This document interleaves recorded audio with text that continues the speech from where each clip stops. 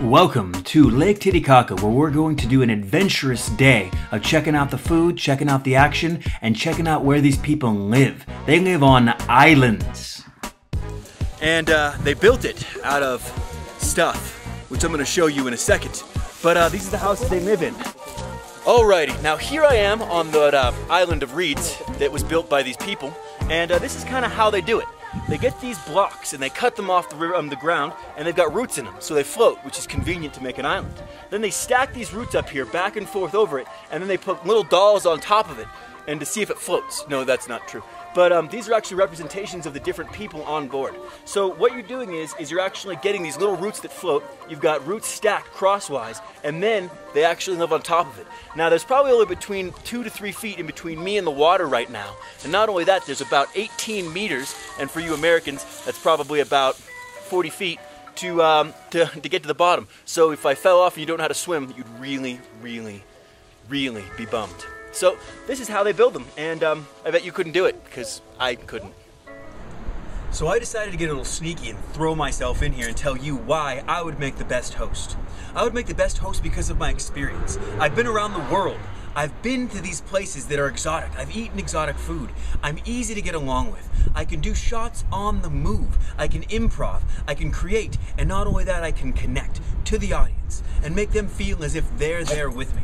So I hope you choose me to be the host of this new project, because I feel we can work extremely well together and make something that will last a very long time and affect the culture as we know it, so that people will love eating and traveling together just as much as I do.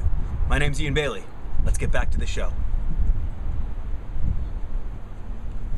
Itself is about 8,000 square kilometers, which is a lot, and it's the highest navigable lake in the world, which means they have boats that go across it. Now it's cut in half, about 60% to Peru and about 40% to Bolivia. And right now we're in the Peruvian side. What this ground feels like is basically, it feels like a waterbed. It's really soft, it feels like we're walking around on a bed. And you could lay down and take a nap here pretty easily. I don't know if they know I'm here, but as you can see, they've got beds, which is really convenient to sleep on in houses. And then they've got clothes that they've hung up. And he's got a little sweet boombox. So this is what you'd live in if you lived in an Umuru house. So you got beds. I'm still trying to figure out where they go to the bathroom. So this is a flamingo, and I named him Phil because he's a flamingo. And we're good friends now, and he's pink.